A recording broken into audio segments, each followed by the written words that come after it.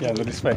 Азыр мындай да Жергиликтүү өндүрүштү колдош керек деп атам, тууралы. Ооба. Ички туризмди, ишкерлерди колдоп, дагы да биздин регион өз туризм тармагында өнүгөт деген позицияда жүрөт.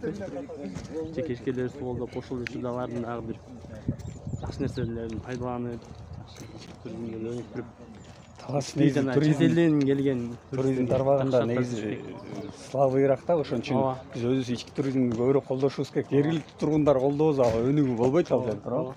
Сиз жакшы видео контенттерин чыгарып, азыр достор биз эме келдик. каласын мени кафедени жүрүп, баягы тамагын жеп, ушул жака келдик. Бул жакта Силбек байке, Эрдос байке, Нурлис мен болуп келдик. Карачы, иштеп турат деп ушундай адамдардан кантип мактабайбыз гана. Мына достор, балыктар. Керемет көрүнүшү монтип тээп отурсаңчы.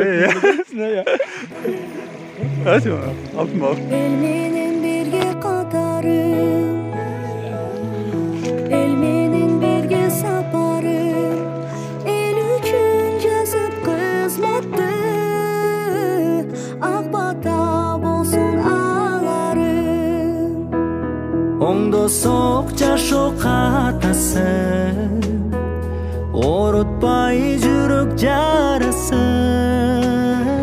жеримде тынчтык болсо экен.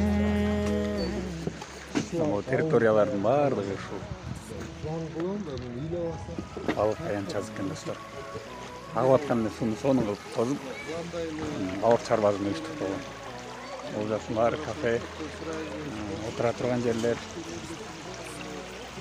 Бул байкес ошол балык чарбасынын негизи өсүшкөн ушул жерде. Мунун баарына турист чакыртуу комплекстир. Жакшы туалет керек. Жакшы гостиница керек. кызмат көрсөтүүсү жакшы болуш керек, Анан окутабыз дейт, окутуш үчүн биринчи комплекстер керек. Кайра айламкында комплекстер. Анан кимди окутабыз, аларды кайерге алып барып иштетебиз. Бермекпин сөздүн тереин, бакытка бакыт берейин, бакыттын жолу ыйманда, Кудайдан аны